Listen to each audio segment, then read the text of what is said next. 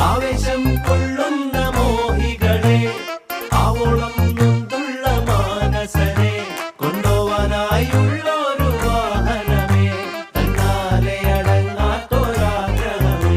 മേലെ മിന്നും താരം പൊന്നാണോന്ന് നേരിൽ ചെന്ന് നോക്കാനായി നിൽക്കാതുണ്ടേ ഉള്ളിനുള്ളിൽ പരവേശം. കീഴെ നീങ്ങിപ്പോകും മണ്ണെന്നാലും വേരിൽ നിന്നു പോന്നെന്നാലും മണ്ടിപ്പോകാൻ ആശിക്കുന്നേ അതിവേഗം.